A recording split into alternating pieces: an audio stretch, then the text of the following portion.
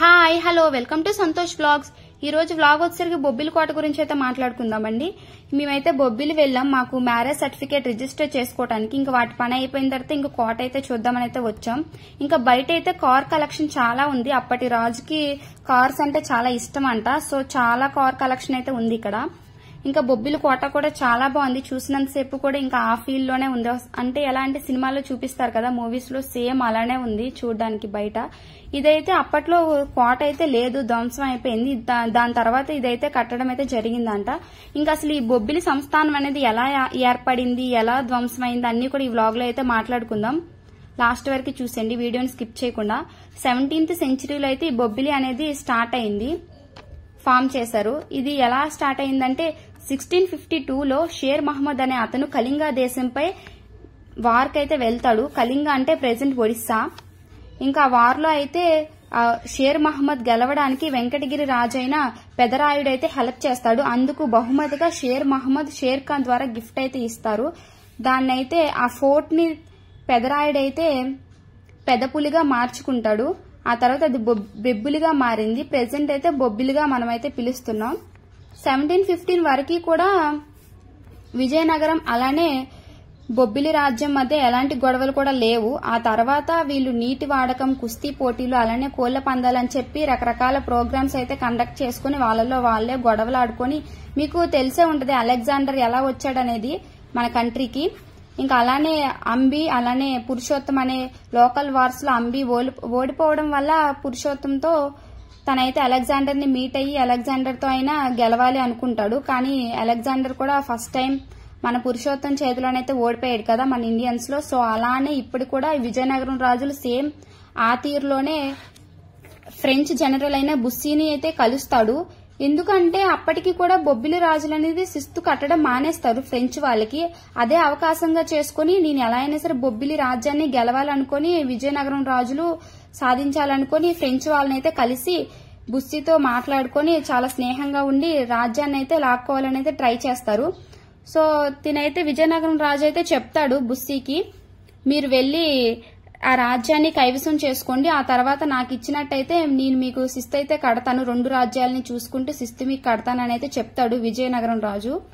So అందుకుగాను Bussy అలానే విజయనగరం రాజులు కలిసి అయితే 1757 24th జనవరి రోజైతే తెల్లవారుజామున వెళ్తారు వాళ్ళ స్ట్రాటజీ ప్రకారం. ఎందుకంటే స్ట్రాటజీ వాళ్ళకి మెయిన్ ఇంపార్టెంట్. ఇక్కడ ఉన్నది తాండ్ర పాపారాయుడు, మామూలోడు కాదు. సో అందుకని స్ట్రాటజీ ప్రకారం వాళ్ళకి ముందుగానే తెలిసిపోయి ఇంకా ధ్వంసం చేసేస్తారు బొబ్బిలి కోటనైతే. ఇంకా తాండ్ర పాపరాయుడు అయితే పాపం ముందుగానే వెళ్లి రాజం అంటే వాళ్ళు వస్తారు కదా రూటు, దానికి ముందుగానే నేను వెళ్లి నేను అక్కడే ఆపుతాను, మన వరకు బొబ్బిలి వరకు రానివ్వను అనుకుని అయితే వెళ్తాడు. కానీ వాళ్ళకి తెలిసిపోతుంది కదా, ఎవరైనా ఈజీగా ఇంటిమేట్ చేసేస్తారు ఇట్లాంటివంటే. అప్పట్లో తెలిసిపోయి వాళ్ళైతే రూట్ మార్చేసి బొబ్బిలికి వేరే రూట్ నే వెళ్లి ధ్వంసం అయితే చేసేస్తారు. ఇదంతా అయిపోయిన తర్వాత తాండ్ర పాపారాయుడికి అయితే తెలుస్తుంది ఇలా నాశనం అయిపోయిందని. ఇంకా ఆ తర్వాత పగ తీర్చుకోవాలని అయితే వస్తాడు. విజయనగరం రాజుని అయితే చంపేస్తాడు. బుస్సీకి ఈ విషయం ముందే తెలుసుకుని ఎస్కేప్ అయిపోతాడు.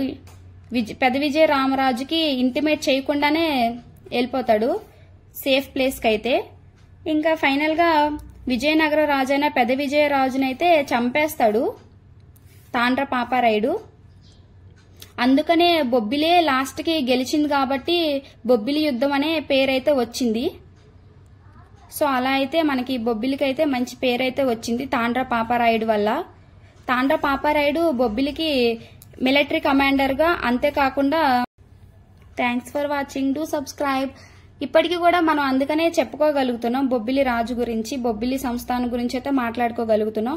ఫ్రెంచ్ వాళ్ళు ఎంత దుర్మార్గులు అంటే మనకి అందరూ వెళ్ళిపోయినా సరే అప్పుడు వచ్చారు వీళ్ళు 1664లో వచ్చి 1958 వరకు వెకేట్ చేయలేదు, ఇండియా నుంచి వెళ్ళిపోలేదు. మిగిలిన బ్రిటిషర్స్ చాలా మంది వెళ్ళిపోయారు కానీ లాస్ట్ లో వెళ్ళింది వీళ్ళే, లాస్ట్ వరకు ఉన్నారు. అప్పుడు కూడా ఫోర్స్ చేస్తేనే వెళ్ళారు, లేకపోతే వీళ్ళు ఇంకా ఉండేవాళ్ళే. అలాంటి వాళ్ళు వీళ్ళు. అలాంటి వాడిని అయితే మన తాండ్ర పాపారాయుడు అయితే పరిగెత్తించాడంటే మామూలు విషయం కాదు. చూసినాక ఇవన్నీ కూడా అప్పటి రాజులు అయితే యూజ్ చేసినవి. ఇక్కడ ఉన్నవన్నీ కూడా ఇది చూస్తున్నంతసేపు కూడా మగధీర సినిమాలో చూపిస్తారు కదా ఆయుధాలు, అవన్నీ కూడా ఆ ఫీల్ అయితే ఉంది. అప్పటికి మేము చాలాసేపు అయితే వెయిట్ చేసాము కరెంట్ వస్తుందని. ఆ రోజు కరెంట్ కూడా పోయింది, అసలు లేదు. ఇంకెప్పటికైనా మరి ఇంకా లేట్ అయిపోతుంది కదా, వెళ్దాం చూద్దామని అయితే వచ్చాం.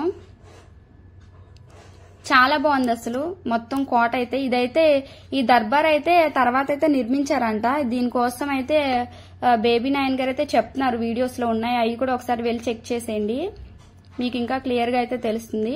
ఇంక ఇవి చూస్తానికి ఇవైతే అప్పట్లో వాళ్ళు యూజ్ చేసినవి. అప్పట్లో వాళ్ళు రౌండ్ టేబుల్ కాన్ఫిడెన్స్ లో ఇంకా పోలో గేమ్స్ యూజ్ చేస్తారు కదా, అక్కడ ఉన్నాయి కదా స్టిక్స్ లా పెద్దవి, అవి పోలో గేమ్ యూజ్ చేసేవి. ఇంక చూస్తున్నారు కదా తూక కుర్చీ, ఇందులో అయితే వెయిట్ చెక్ చేస్తారంట, అది గిఫ్ట్ గా ఇచ్చారంట అప్పటి రాజుకి. కూడా ఉంది రౌండ్ టేబుల్ కాన్ఫరెన్స్ కూడా, అక్కడ గాంధీజీ ఇంకా అలానే చాలా మంది అయితే ఉన్నారు అందులో. ఆ ఫొటోస్ వాళ్ళు ఎక్కడికి వెళ్ళారు అవన్నీ కూడా ఉన్నాయి. ఇంక ఇవి చూస్తున్నారు కదా, అవి అయితే ముళ్ళపందువో దేనో అని చెప్పారు. అన్ని కూడా యానిమల్స్ తో తయారు చేసినవి అయితే చాలా ఉన్నాయి. అక్కడ టేబుల్స్ ఉన్నాయి, ఏనుగు కొమ్ములతో తయారు చేసిన టేబుల్స్. ఇంకా అవైతే రియల్ గా వాళ్ళు తీసిన ఫోటో అంట.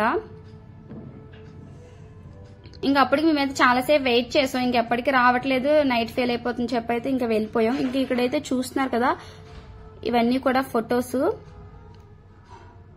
ఇది వచ్చేసరికి చెప్పారు మైసూర్ మహారాణి అని చెప్పి ఆవిడ, ఇంకా అటువైపు ఉన్నారు కదా మెరూన్ కలర్ మరి ఏదో ఆ కలర్ శారీ ఆవిడ.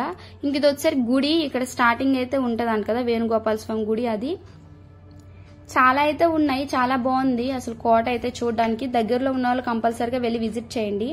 ఇంక ఇది వచ్చేసరికి గెస్ట్ హౌస్, ఇవన్నీ కూడా ఇంకా తర్వాతే కట్టించుకున్నారంట. ఇంగ్లాండ్ రాణి అంట ఆవిడ, ఇంగ్లాండ్ మహారాణి.